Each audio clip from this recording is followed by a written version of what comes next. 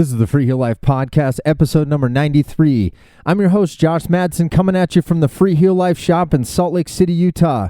And happy Monday, everybody. Good to be back, and we're 1 week closer to Telemark ski season. I cannot wait. So, to hop into it, newsroom and notes. We have started receiving the Scarpa Telemark boots. So, you can check those out on freeheellife.com. And we're slowly starting to see items show up for the ski season. So, like always, this is my pitch to you. We would love to be your preferred Telemark shop wherever you are around the globe, help you out. If you need some assistance, we're slowly bringing the team back online, but you can reach everybody at customer service at freeheellife.com, or you can just go to freeheellife.com and check out what's coming in. We would love to help you get ready for the season because it's not too far off. As far as other newsroom notes, not a lot going on. We're just kind of getting things going little by little. I did pull out the first 4 of the Freeheel Life Protector skis out of the press, and I can't tell you how cool that is. We've been putting the hammer down this summer and putting all the pieces together, and it's cool to start seeing those come to life. So, yeah, those of you special ones that have supported us in pre-ordering some of these, thank you very much. And it is moving along quite well. So hopefully you're listening to the podcast, and we're going to be getting those going. If you're still interested in Freeheel Life Protectors, our 95 or 105 skis that we're making here in Salt Lake City, again, you can email customer service at freeheellife.com to get on the list and get to know what's going on. And it's been kind of sort of an underground thing so far, so that's probably why you're not seeing them on the website and all that good stuff. And we're just slowly trying to get it all rolling so it feels good, and we can keep the project going and keep it moving. So more to come on that later, but thought I'd mention how excited I was to actually hold a pair out of the press finally after making all the components and doing all that fun stuff.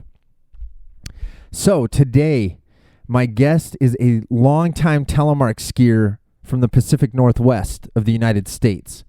He grew up in a ski shop that his family has owned since 1955.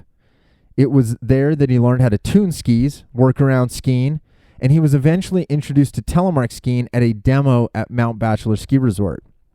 He created and organized TeleFest at Hoodoo ski area for many years, which introduced many people from the area to the Telemark Turn. He's also been one of my great supporters over the years of all my telemark endeavors, all the way back to the very first film tour I did with Lipstick Films, which we showed at his ski shop. His most recent endeavor is his new business called Ski Bum's Garage, which he started out of his home. Please welcome one of my great telemark friends, Jarl Berg. All right, Jarl, welcome to the Freeheel Life Podcast, my friend. How you doing? Doing fabulous, Josh. How you doing, old friend? Good. I know. I'm stoked. I should have had you on sooner. I can't believe I think this is like episode 93 that we're doing. So I probably, if I was chronologically going through my telemark existence, you were pretty early on in the mix, dude. We've had some fun together for sure, no question. Yeah, for sure. You know what's so funny is, well, we'll talk about how we met. I wanted to kind of start off by, I regularly talk about kind of, there's like pods of people everywhere, you know, like telemark pods, if you will, and you are the fearless leader in your zone, and you're from Eugene, Oregon. Well, I guess you grew up in Eugene too, right? Born and raised, baby. Born and raised. Totally. Yeah, that's awesome. Well, take us back a little bit, because I think you've got one of the most unique stories just about snow and how, I mean, you've been around skiing literally your entire life, as far as I know. Literally. Yeah. Literally. Yeah. Tell the people a little bit about your background. Yeah, totally. Because it definitely feeds into my life currently. So, my grandfather, who was a Norwegian immigrant who spoke no English, started 3 businesses in his life, 2 of which are still flourishing. One was a gas station. That's where it all started.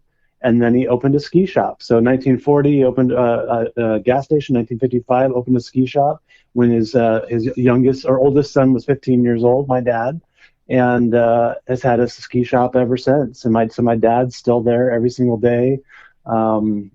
And I born and raised around the shop. I mean, I literally learned how to use the Montana and the Wintersteigers when they were at, like, my skis were at eye level, like trying to get my foot onto the pedal and then trying to get it into this huge machine that's going to suck me in if I'm not careful and grind my hands off and, the wet belts. And if I'm not mistaken too, I've seen some old pictures of Berg's ski shop, and I'm pretty sure, wasn't the gas station and the ski shop essentially the same location? There are still 2 hydraulic lifts under the floor where you rent your ski boots. No way. So, like an old, like, service shop. Yeah, so it's weird. Like, if you look at the front of our shop and you look at the left side, it's real obvious. If you know what was there, it's real obvious. There's a gas station on the one side where there's, like, the corner with the gas station and then 2 bay doors, and then the ski shop, which was a house. So they've been connected by a little, I don't know, hallway, if you will. And on the right side of the ski shop was Old Jones Market that's been around for, I don't know how long, my whole entire life. And so we bought that building and then obviously added that together. So, I mean, if you walk into the ski shop, if you look at the front, you're like, it looks like 3 different buildings, but you walk inside and it's like this gigantic, I think we're like at 15,000 square feet or something like that now.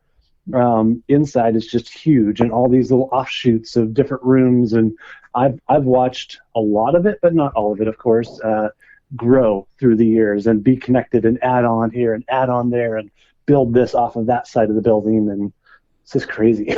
Yeah, no, it is a really unique building, and some of those old photos are so killer. I love those old gas stations, like the old. It's so cool.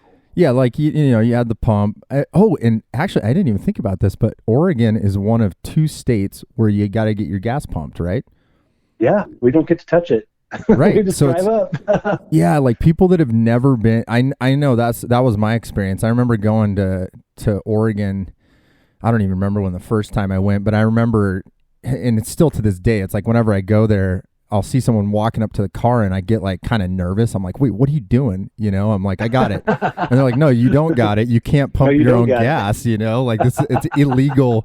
It's illegal to pump your own gas. I think New Jersey maybe is the other one. I can't remember which other state. Yeah, but, something like that. Yeah. But yeah, that's super funny, man. Some of those Shell stations and stuff, even they kind of have. There's a couple gas stations I remember they kind of had the old, like, gas pump style look to them too, like, the white shirt, the little cap on. Totally. No, that's awesome. Yeah, I have 3 pumps. I've got my grandpa's old Jeep that actually is red and yellow and has the Shell emblem still on it. It says, A.W. Berg's Shell on the side in Eugene, Oregon. And oh, wow. That's so cool. All kinds of old stuff. That's actually a brilliant, if you think about it, like, I'm surprised, now that we're talking about it, I'm surprised that more ski shops don't own gas stations, because you're around business, man. Yeah, totally. And you think about it, like, oh, you're heading up to the mountain, like, pump your gas and buy some snacks and get your ski boots fitted. And that's everyone that's going, like, a ski shop with like a brew pub next to it, maybe they need to think about gas pumps on top of it. Well, it's awesome because all of that history really revolves around my grandmother's, who was also born and raised in a Norwegian family. Her brother lived in Ashland and skied in Mount Ashland, and that's how they even got into skiing, is going to visit them in the winter. And my grandpa said, "Oh, let's go up to the mountain, let's go skiing." And so my dad and my uncle learned how to ski with Uncle Jay, and which I've got his old skis here, his old head standards. And they went up to the mountain and fell in love with skiing. Wow. So, so they were from Norwegian descent, but they didn't really ski and kind of got back into it then? Well, I mean, and think of back then. I mean, that's the 50s, right? There weren't a lot of options for skiing back then. I mean, Willamette Pass was going for us locally. Willamette Pass and Hoodoo, we had some small hills around us with really basic, lift of some sort or a rope tow. but so that's one thing that was really cool about this is that my grandpa was able to get grants, like government grants, because the war had ended. And so people were just sitting in their homes listening to the radio, kind of like reminiscent of 9/11. Everyone just sat waiting for the next thing to happen. And so the government said, hey, we need to get people out. So let's give people grants to do things like go out and start ski shops so that people will do something, get out of their houses and go do something fun instead of sitting in their homes waiting for the next thing to happen. Wow.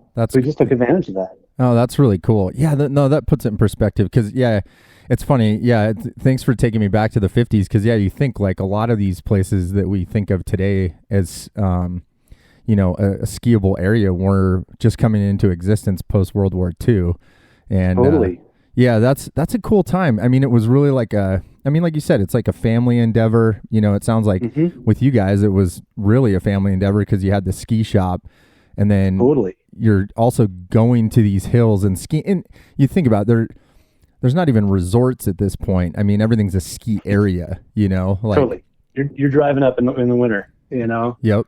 Yeah, you're not necessarily like staying up there, you know.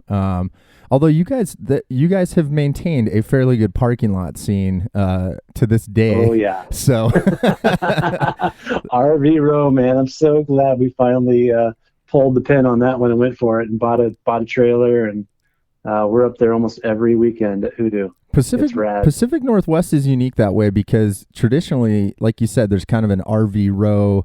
Some of the places have plug-ins. I mean, it's a true 32. true parking lot scene, you know? Oh yeah.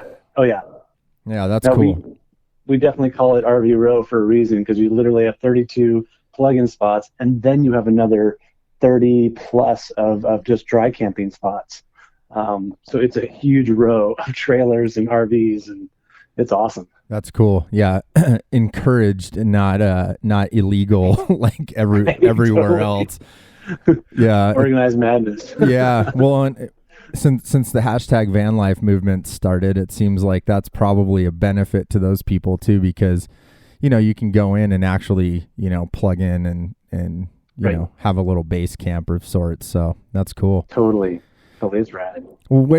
So yeah, I was thinking before we hopped on, you are probably the most Norwegian American, the most Norway of Norway in America of anybody that I know. Like, you know, and you and I have always bonded over this because we both like history, you know. Totally. But you, of all people, man, I mean, obviously Norwegian family.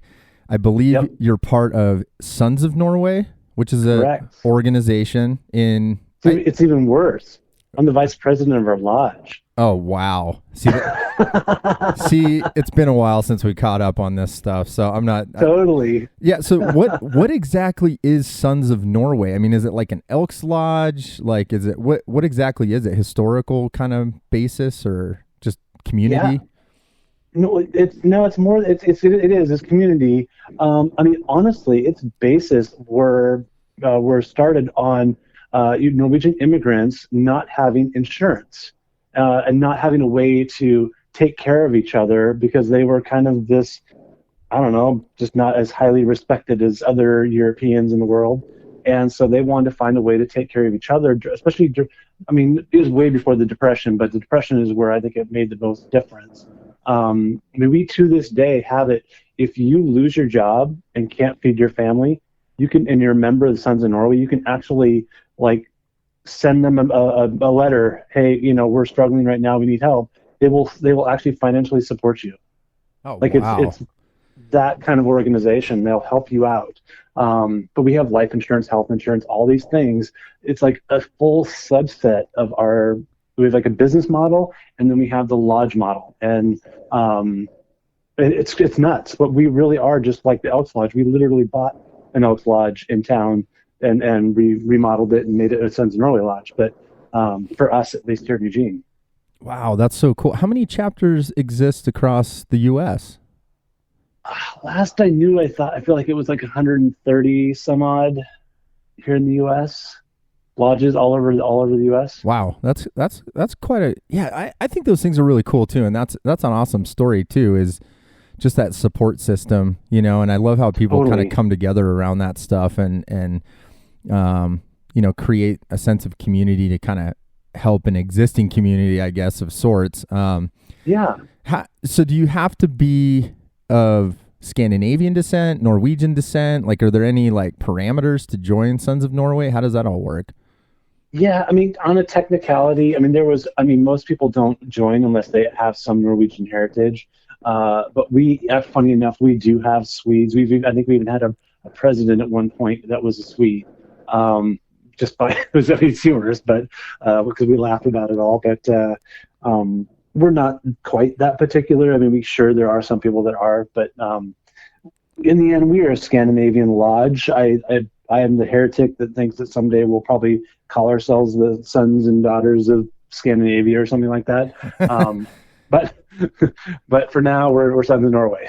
And daughters of Sonia are the two pieces to that. Oh, that's cool, man. I was gonna say, man, like I'm of Danish descent. The SEN. Mm-hmm. If I wanted to join, I wouldn't want you to like hold me out or. You would join the Brothers of Denmark then. Oh, they have the that Danish Brotherhood. What? Oh yeah. Oh, they wow. They rent our lodge. No way. All right. Yeah. Well, I'll stick to my roots then. That's cool. Yeah, totally. I don't know if the Danes have as cool as sweaters as the Norwegian. They don't. I was gonna say you're one of my good friends that actually has a more robust sweater and wool collection, I think, than I do. So, oh my gosh, it's a sickness. Bergens of Norway is or no, not Bergens. Bergens is the outerwear. Dale. Yeah. Okay. At Dale of Norway. Yeah, Dale of Norway. Yep, that's what I was thinking. Yep. Oh, that's keep them in business. I know. Seriously, I know. That's those are some fine made wool sweaters that are very nice. Totally. Well, okay. So Sons of Norway. So where exactly does Telemark come into play? You're growing up in a ski shop. You're from a Norwegian family. I mean, I've got to figure out where Telemark came into the mix because it seems like an obvious transition, but you're also in Eugene, Oregon, and I don't know how many telemarketers were there back in the 1970s and 80s. Maybe there were more. I don't know. Yeah. Fill us in on some Southern Oregon telemark history. Totally. Well, we're not Southern Oregon. I would call us in the middle. Middle. You're right. Sorry. Middle Oregon. Don't associate us with those Southern people. They're kind of weird. So everyone from Ashland is like, what are you talking about, exactly. Dude? That dude comes to our mountain every year and skis at our Telemark festival. What is he talking about? Shout out to Screaming Telly Lizard. One of Zach and the crew. Yep. Zach Kaufman, I think, right? Zach Kaufman. You got it, brother. Yep, totally. Very good guy.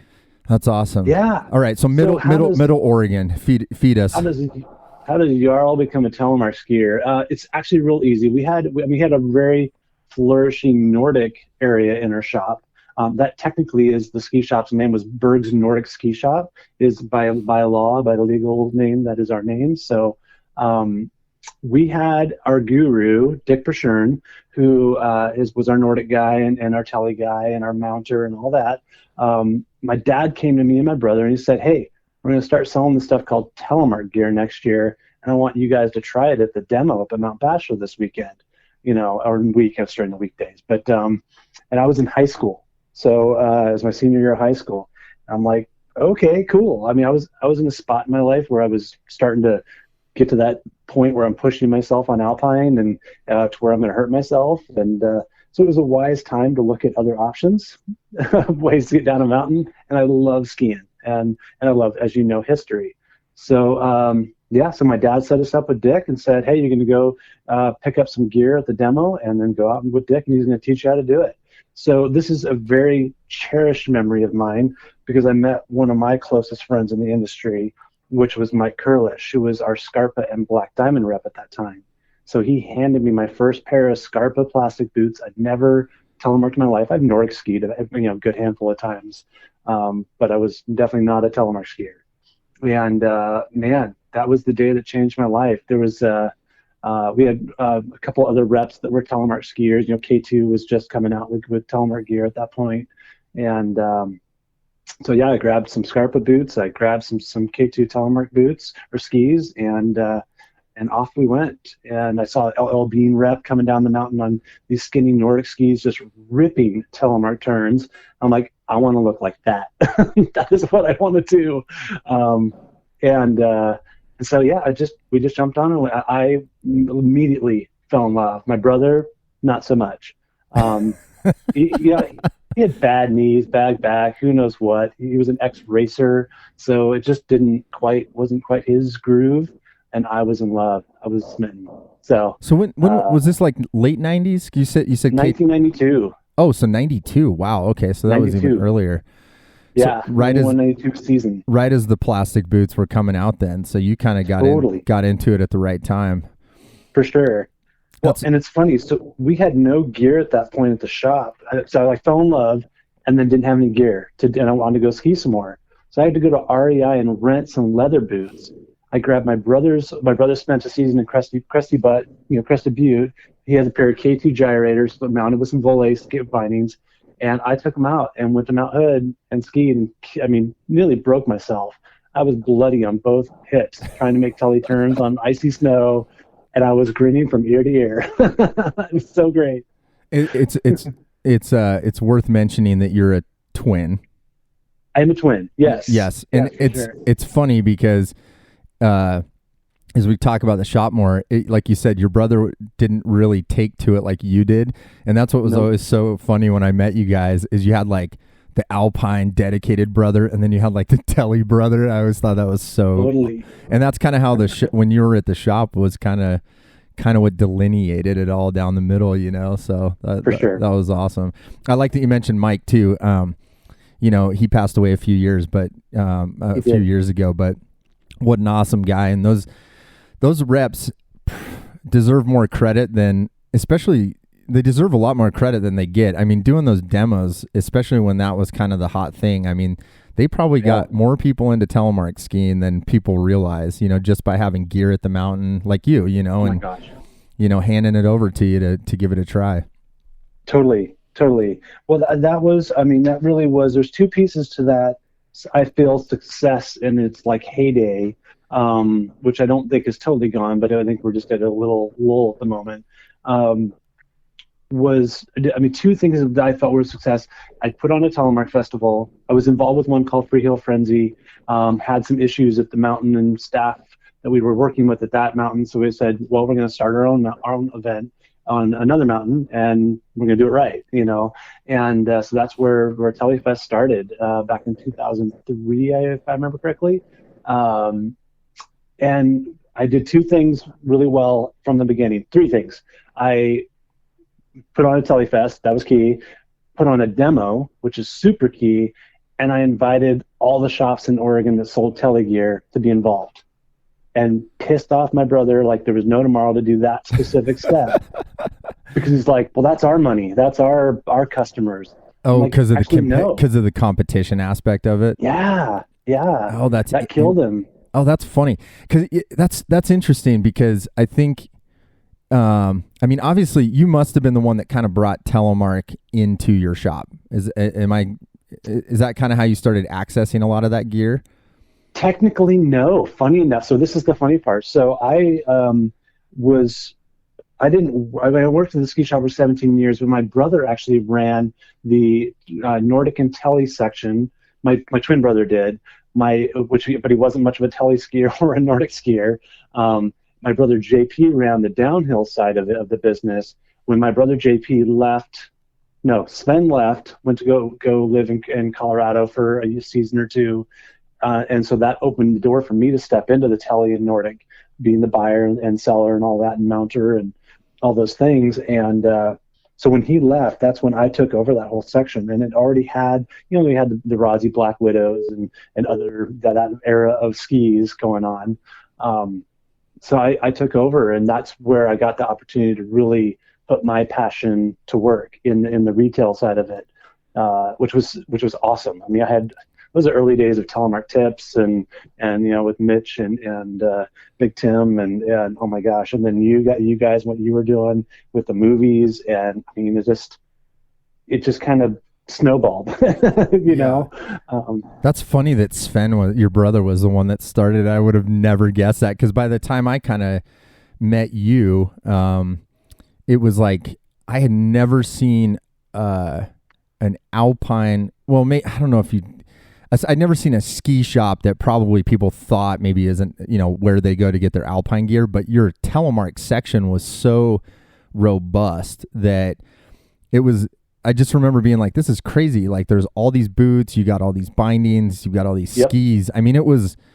But it was mine by that point. Right. It was like That's Telemark shop within a larger ski shop, which totally isn't a bad model, but yeah, you kind of had to have that leader. Leading the charge, and kind of going back to the demo, I think that's what was cool is I think probably through you and doing the movie tours, like I said at the beginning of the podcast, there's sort of these little like populations tribes. Of teles, tribes around Oregon, and that's what was so cool because like when I think Oregon, when we were touring, it didn't seem like you guys were competing against each other, but it was almost like for me when I was doing the movies, it was like almost like, okay, if I can get to this city, there's like this tribe, this safe haven of people I knew I could get to. You had Jeremy, Mountain Shop up in Portland. For sure. You had you in Eugene. You had Dan over at Pine Mountain Sports in Bend. Totally. And then there was, and then you had like a little crew in Ashland. There wasn't really a shop per se, but there was like a good little crew. And it's like you knew if you could get to those places, you were sure to like get a group together. And that's what was cool at TeleFest when I first went there. Like you described it perfectly. I mean, that was one of the first places where I saw everybody kind of in one zone, like there was so much tele gear, instruction, and everything else. So yeah, man, those were some days, man. It was awesome. Yeah. I mean, I remember that one year, and I think you guys were there for that year. We did 100, I think it was 125 or 128 lessons in one day. We had 17 volunteer teachers to teach, and it was a crazy day. Yeah, no, for sure. Well, did you start TeleFest at Hoodoo Mountain originally? Yep. Oh, okay. Yep. Yeah, because for people that don't know about Hoodoo, like that is one of the unique ski areas left in America. I mean, and at least back in that day, I just remember, coming from Utah and driving up there, and the one thing that always sticks out in my mind is the giant bonfire at the base when we were night skiing, and I remember thinking, how is the liability insurance covering this? Yep. It just felt like a different time, and welcome to Hoodoo, man.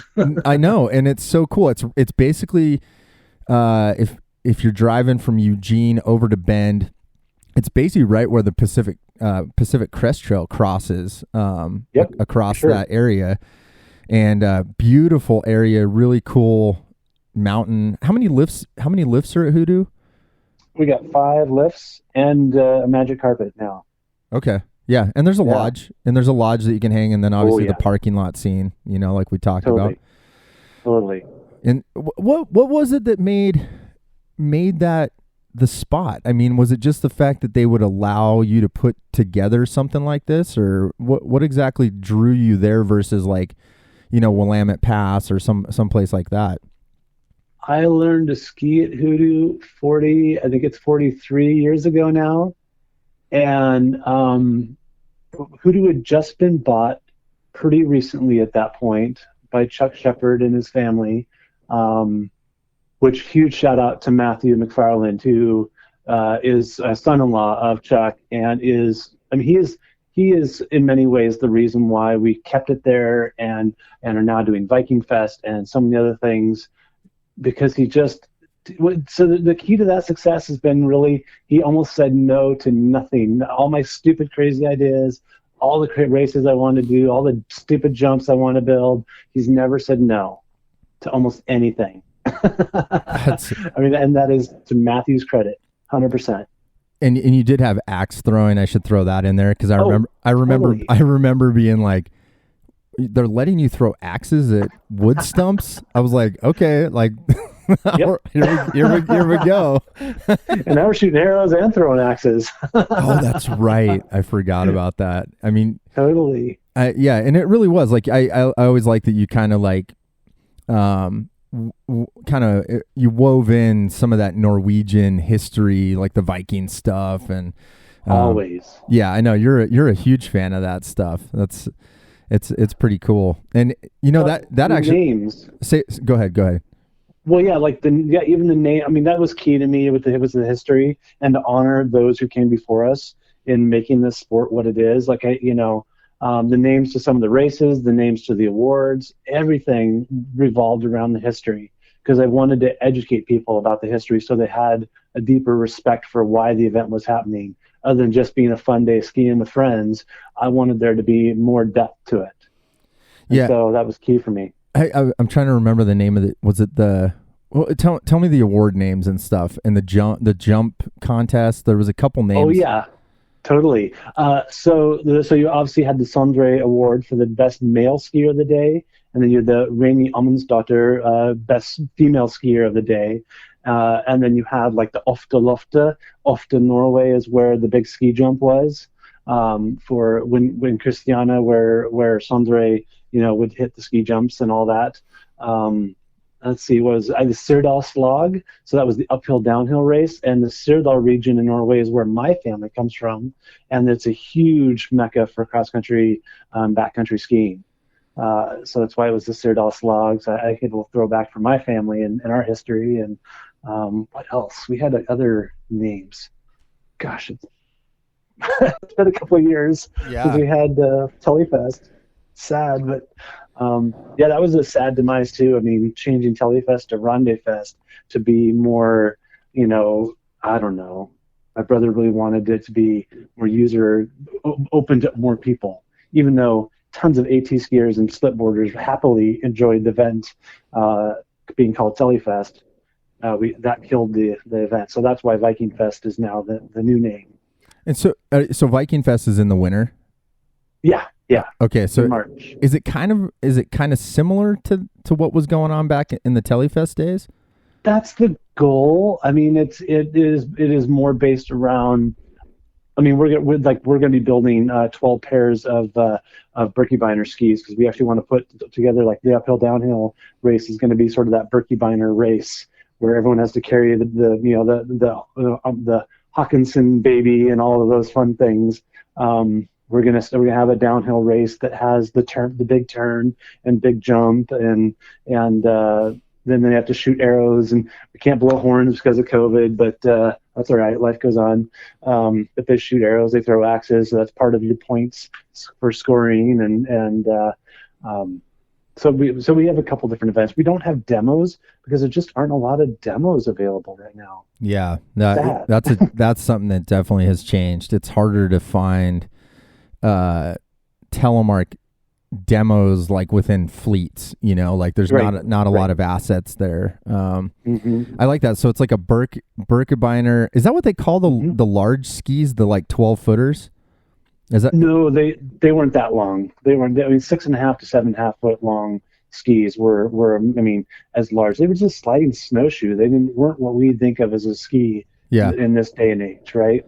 Yeah, so it's like for fun. So it's like a traditional wood ski with biathlon with axes and arrows.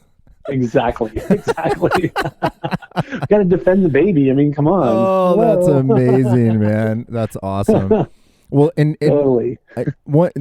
And so your family in Norway, what area were you saying they were from originally? We're it's outside of Stavanger. So if you kind of look at Bergen, you look at Oslo, and then you go down the coastline, you eventually get to Stavanger. Okay.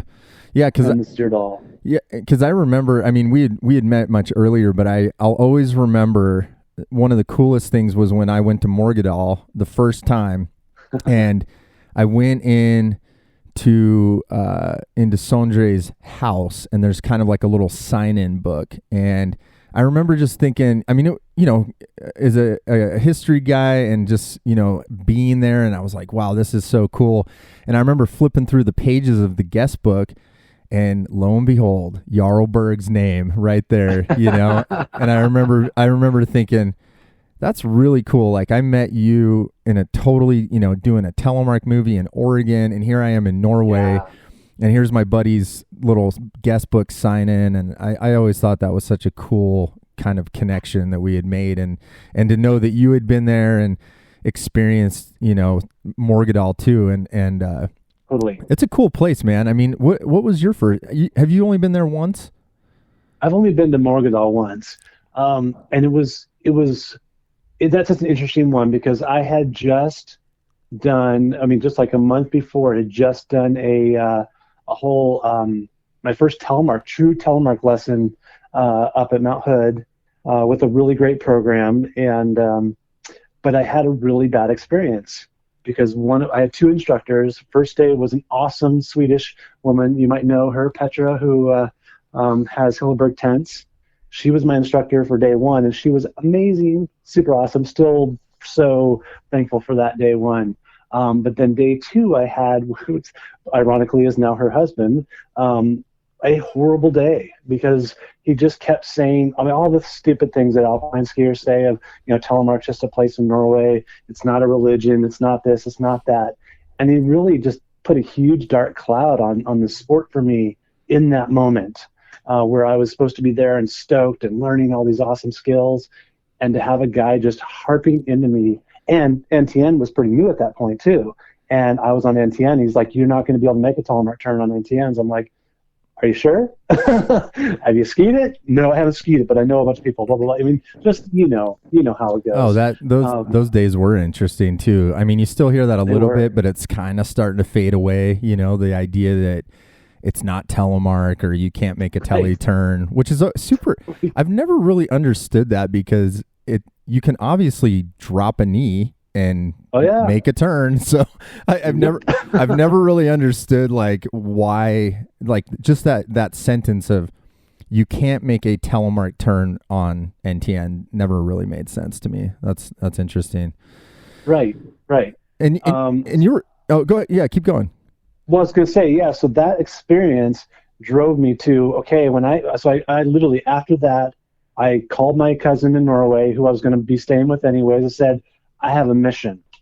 We have a place we need to go. And we've talked about it a few times. We just never really made it. I said, this is the year we're going to Morgadal, and we're going to go to the museum, and we're going to go experience all those things. He's like, dude, I am in. No problem. So we jumped in his car when I got to Norway, and we went on that little pilgrimage to Mecca. And it was life-changing. I'm not going to lie. It was life-changing for me. Because I definitely was in that weird funk of just like, why am I even doing this? Why am I a telemark skier? Why am I the stupidest thing ever? But that's where my head was, because he just drove it in so hard that pretty much I'm never going to be a telemark skier. Telemark is nothing. It means nothing. And here I'm like super uber stoked about this amazing sport. And now this guy like totally kill every piece of passion for it. It was horrible. Man. So that's why I'm so adamantly passionate about this turn, because of that experience. That's cool, man. I think you and I are probably very similar that way. You know, it's in that history element, and I agree, like is I know some people are probably think that's cheesy, like to go to this place of the roots, you know, and to feel it. But you know, a couple years ago, I kind of started bringing up this idea of being a protector of the turn, and I think guys like you are a perfect example of that. It's I think there's a deeper connection there for some of us, and not all. I mean, you don't have to have this historical burning, you know, to like know everything, but I think for the people that do connect with that, there's an amazing connection to like not just the roots, but like the history of it, like what was around that area where it started. I mean, it's such an incredible story of this, you know, especially when you go to Morgadal. I mean, in this day and age, you're talking 250 people, and I think at the max it was like 600 to 700 people, and to think that like this turn was more or less created by these people in this area, and it still lives on today. You know, like I know for me, that's such a cool thing, because every day I go out, I'm not, like I'll ski retro gear. I'm not obviously skiing on the stuff that Sondre Norheim was skiing on, but I think that, say, oh, I know. That's definitely on the list to have in the quiver for sure. But it's like, but I agree. I think there's some people just don't get that, and I think the people that do get it, we all kind of understand each other, like that. There's this deeper connection to the turn, and even if you haven't experienced Morgadal or you're into history, there's kind of this really deep history every time you make a turn, even on modern gear. I mean, it's a true art. It's a craft. It's something you have to work through and figure out. Like you said, bloody hips, like I always say, there's like a pay into it. And I think for me, and it sounds like you as well, it's like, having that experience of actually going back to where it kind of came into existence is really helpful, and it's fun, and it answers a lot of the questions of like the people that are like, why are you doing this? What's the point? Why is it better? And quite frankly, I don't think you can answer a lot of those questions. I think there's this thing that just makes you want to do it, Yep, totally. So that's cool, man. Well, I love that. I always love I love talking to people that have been there, because it's worth the trip when you can get there. And just like you said, you went to the museum. Were you able to go to the museum and kind of look at the ski making tools and stuff? I actually broke the rules, I'm sure, and actually like walked into the whole exhibit and like, oh my gosh, even like touched the skis, and I'm like, oh my gosh, it's so cool to be here.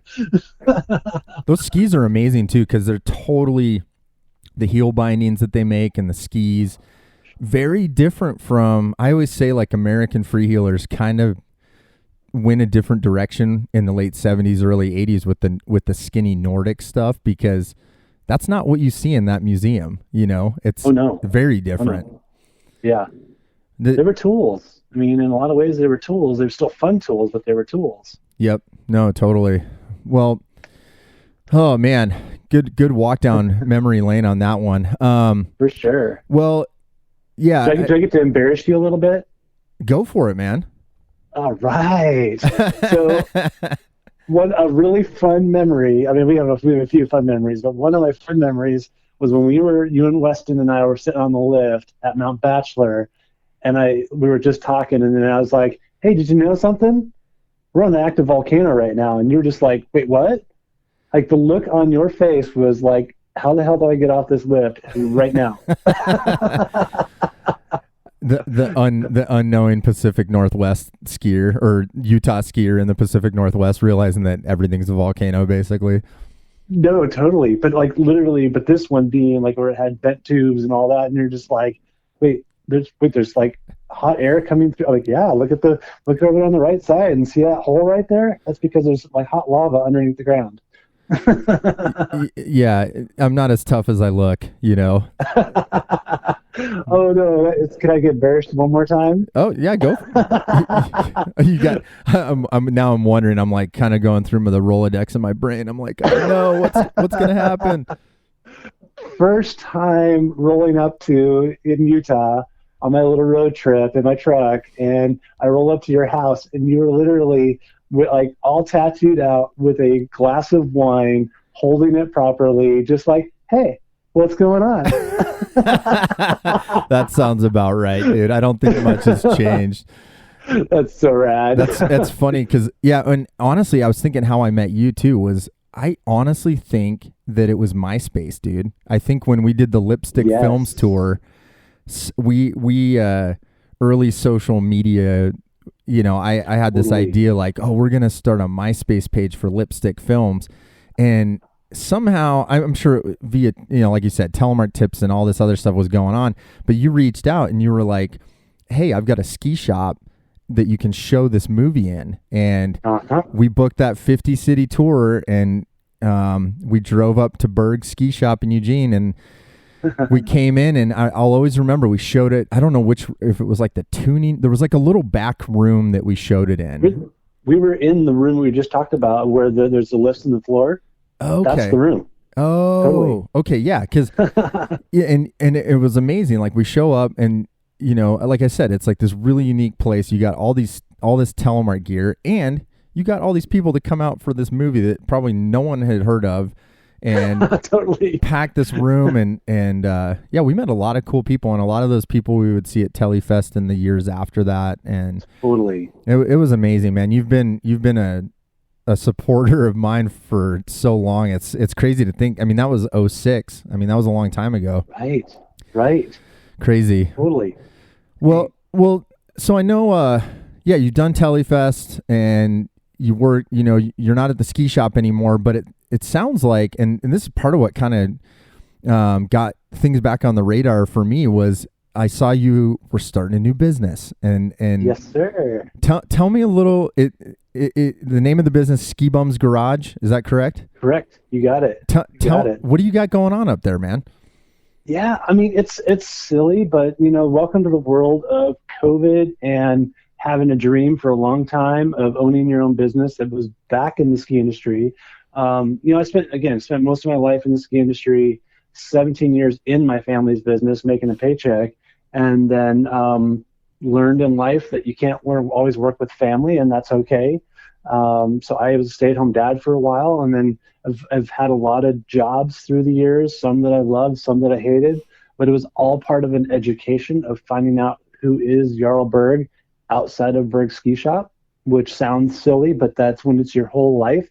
It's hard to like figure that out. Like what's next? What do I do? Who am I? And as a dad, I was, there's a lot of changes happen all at like one time. So I spent the last 11 years kind of learning who Jarl Berg is outside of the family business.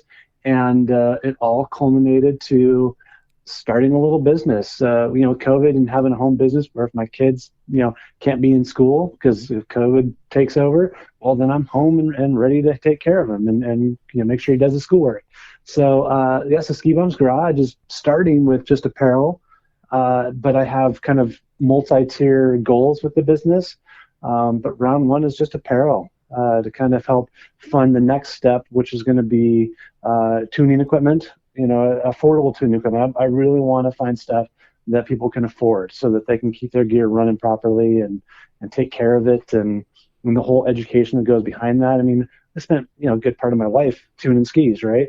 So I want that knowledge to do some good. I mean, you and I have had so many questions through the years when you were starting your business, and I hopefully I was helpful in all of that because you had a lot of questions. Oh, for sure. It was awesome though. I mean, I'm super thankful that you actually confided in me and helped and let me talk to you about some of the things that I had learned and mistakes I'd made, and that was rad, really rad. And so that's what I'm doing. I love that, man. And so you're running it out of the house. Are you sort of running it out of your? You have one of the most unique. The pictures of your little tuning area are phenomenal. Like I mean, the name Ski Bum's Garage. Like, I mean, that does it justice. But I don't know unless people see a picture of it. Like, it's a. I mean, you are a true down to the bone ski bum. And like you, but you're also incredible. Like you said, you're incredibly knowledgeable in tuning, and you've got all these other knickknacks hanging up, and you're a collector. I mean, I'm a collector. I have a sickness. I know. Which I'm totally okay with. You do too, so I don't feel bad telling me that. No. I mean, yeah, no, I totally get it, and I always love that because the visual of it is amazing, and it kind of harkens back to those early. I don't know, like. Everything's so polished now, like you go into most ski shops, unfortunately, because a lot of ski shops haven't been able to survive. You don't really find those kind of down home spots as often anymore, and I think seeing you start this, I'm like, oh man, that's cool. Like it's got that kind of old school vibe to it. It's very rootsy and, like you said, you're running out of your garage, and I think that's really cool. Well, it's funny because I do a lot of virtual meetings. Zoom is the thing now, and people over and over and over again are always like, "Oh, it's the coolest virtual background." I'm just like, it's not a virtual background. Like, look closely. That is a huge ski collection among everything else. You're not fading into the background of Zoom, you know, right. There's no green screen. That always bugs me. I'm like, that is the weirdest background. Oh, wait, no, that's not a background. Like, you're fading in and out of it. Like, it's some hologram, Totally. you know, so. Totally. That's so funny. Well, so apparel and is your son helping you out with it? I always see you guys do little videos and I'm like, that's so cool that you guys are doing stuff together online. Totally. No, he is definitely, I mean, he is a driver in all of this because, I mean, just like my grandpa, he built something for his kids and they've enjoyed that. I mean, my dad's been there since day one. So over 60 years, my dad's, born and raised in that ski shop. And so I wanted to build something for my son to be able to hopefully one day take over and have fun with as well. And I think this is a great way to do it. That's awesome. But he's part of it. Have you been teaching him like ski tuning techniques and stuff like that? Oh, he learned a P-Tex when he was 7. How old is he now? He's 10. Wow, that's so crazy. He doesn't look like it, but he's 5'5", so he's not a normal 10. He wears a size 10, so he's not a normal 10-year-old. he's a true Viking. Freaking huge. That's crazy. Well, and totally. What is it like mentoring him? Because I feel like, kind of like we were talking about, passing on the turn to people, but also like kind of that, I feel like some of these, like ski tuning, I mean, that's something I didn't really, I'm not as much of a ski tuner like on machines. I don't really have that skill set yet, but, even mounting skis and stuff like that, I mean, it really does take a level of mentoring from someone, and I think the thing, and I know early on with Freeheel Life, like I was like, oh, I'm not a tool guy, like I kind of had convinced myself that I wasn't good with that stuff. And I think opening Freeheel Life, man, it really gave me much more of a connection to my gear, because I had to learn where to mount, how to solve problems and how to create methodologies that like I could replicate.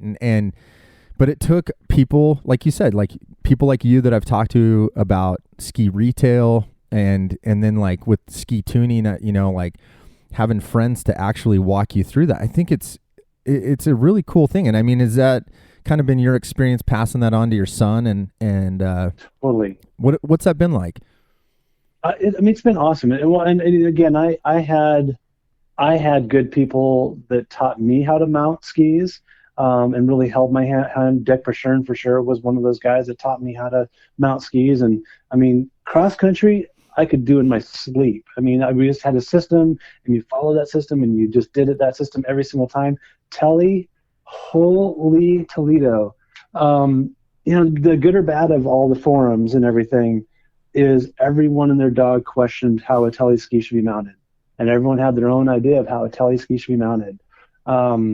So that just alone was maddening. Like I would measure and measure and remeasure and measure before I drilled a hole because I didn't want to screw up someone's mount and overthink everything. Like, okay, this binding on this ski, here's the contact point in the tip, here's the contact point in the tail.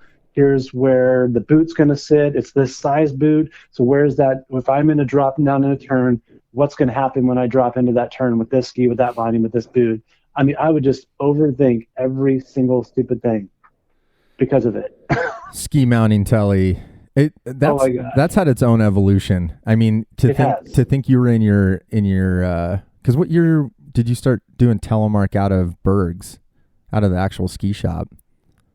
No, I mean, that literally like 1993 is when we brought in our first order of Razi and Paul's, and I'm trying to get what else was at that point. What else did we have? There was, I think Razi was the main player for us at that first year, and then we started selling K2 and adding as the years went on. Yeah, I mean, you think about how mounting changed moving into the 90s, into the early 2000s, and right. Yeah, that's something I've always, mounting makes a big difference with tele, and I think it's kind of become a little easier. I mean, again, I think there's probably a difference between like replicating effective mounts out of a shop versus, the guy in his garage who is sitting there with calipers and, Oh my gosh. you know what I mean? Like, but Yep. what's funny, what's still funny to me is when people bring in pour mounts, meaning, the biggest It one. was on the line. I was just gonna say pins on cord. You know, where you've got like this modern ski, you know, like 2021, and they took it to like an REI or somebody, and somebody's like, oh yeah, I remember learning about a Telemark mount, and they put the 3-pin line literally dead center, what we call cord center back in the day. Like if you pull the cord down and mark the center point and then put your toes. And it's so funny. Well, I shouldn't say it's funny, but you'll see people skiing powder like that, and you just know that their skis, literally the front ski is like vertical because there's no tail. So when they go to push, there's like this verticalness to the front ski, and you're like, oh, I know what's going on there. You know. Totally. That's funny. No, I'm super thankful that NTN kind of changed that whole world in a lot of ways. Yeah. You were an early adopter of NTN. We talked a little bit about that, but I mean, you were one of the first guys I remember that had NTN, especially like 06. Well, I guess. Oh, yeah. Yeah, no, I must have met you right before it came out, because that would have been 08 when the first free ride came out. So yeah, you would have been like right on board. I mean, were you kind of just early adopter because you tried it and you were like, oh, this is it? Or what? No, I hated it.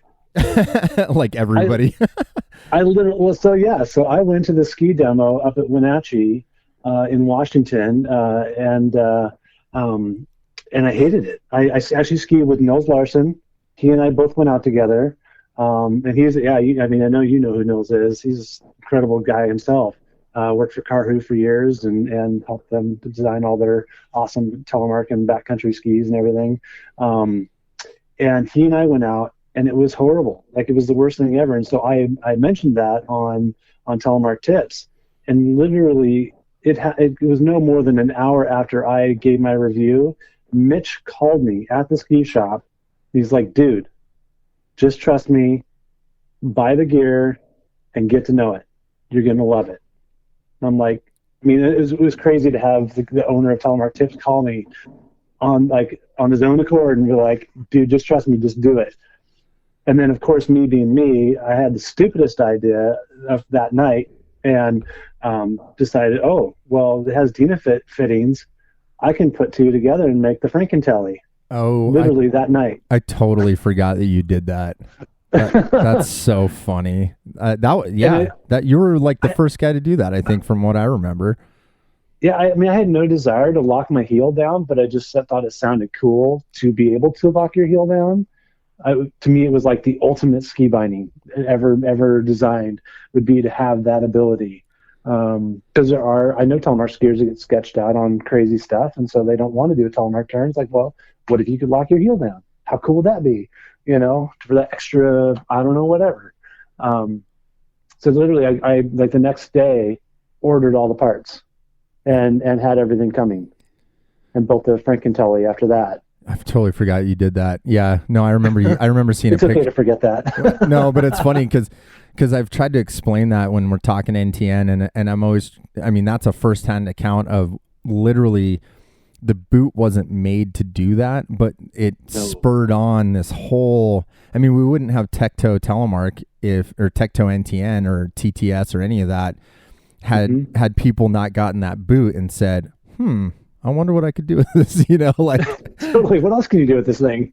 Yeah, totally. Yeah. Cause I mean, all you had was the Rotofella Freeride at that point. It wasn't like any of that stuff was even made to do it. Nobody was even thinking that was a possibility. So yeah, that's funny. And those forums, like you said, the good, the bad, and the ugly of forums, the good that does come out is people sharing innovation, and the internet's been a pretty cool part of that, you know, in terms of, you know, guys cobbling stuff together in their ski bum garage. So totally. Well, and that was fun. Like, I took that to the max. I used the one boot in one day. I was able to telemark ski, alpine ski, and then I took the high backs off of my snowboard and popped my boot into a small pair of bindings, strapped it down, and snowboarded in the same boot.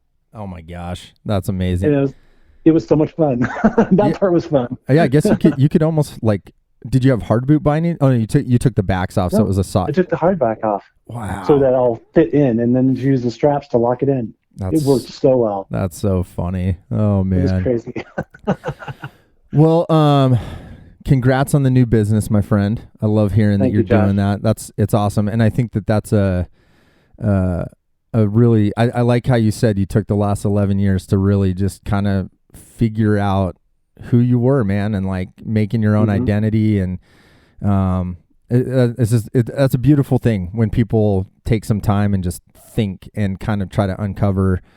I think all of us have that in ourselves. Like we all know what we want to be, but it's almost like you kind of have to uncover it after time, because we get older and you go through all these experiences, and sometimes you start doing stuff and you don't realize that you start kind of piling on what you're actually supposed to be doing. So I applaud you. A lot of people never get back to it. No, I mean, it would be easy to give up, but that's not what you can do in life, especially when you've got a little guy watching you. You can't give up. Yep. You just can't. Yep. You can't quit. That's the only way. That's the only way you lose is to stop doing it. So, well, where can people find you? Are you doing? Is it? Give us a little way to point to what you're doing, and I'll put it in the show notes too. But I'd love for people to check out what you're doing. Totally. Well, I mean, skibumsgarage.com, super easy, skibumsgarage.com. And I'm in the process that I don't have enough followers on my Instagram, so I can't make it a business page yet to actually sell on there. So if anyone hears this and just can give me a like, that'd be fabulous. And then I have, of course, a Facebook page, and I will have a TikTok page at some point. I just not there yet.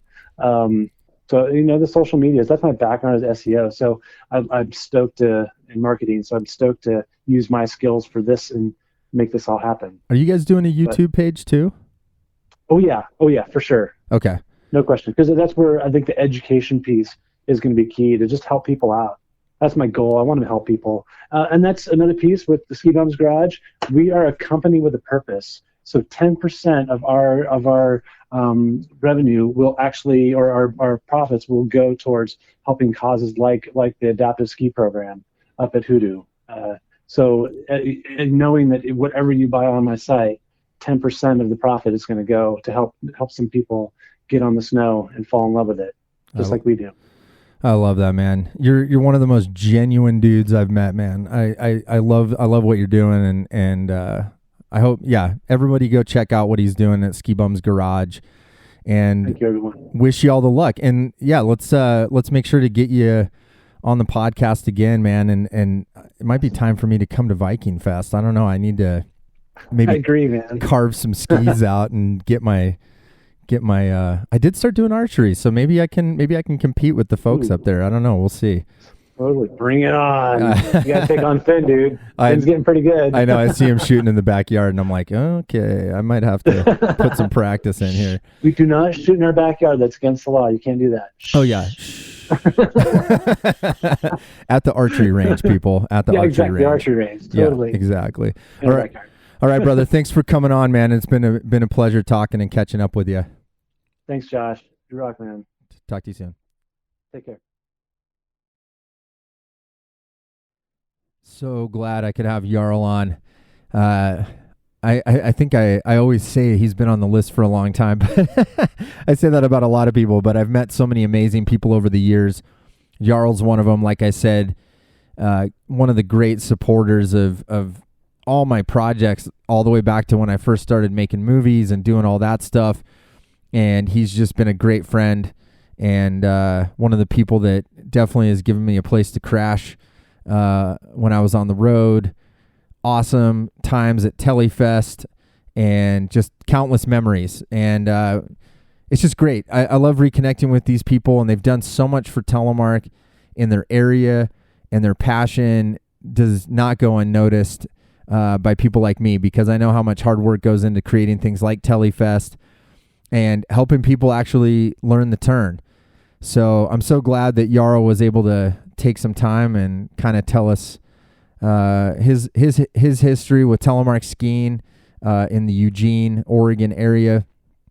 And I want to wish him all the luck with his new endeavor, and hope everybody will go check that out.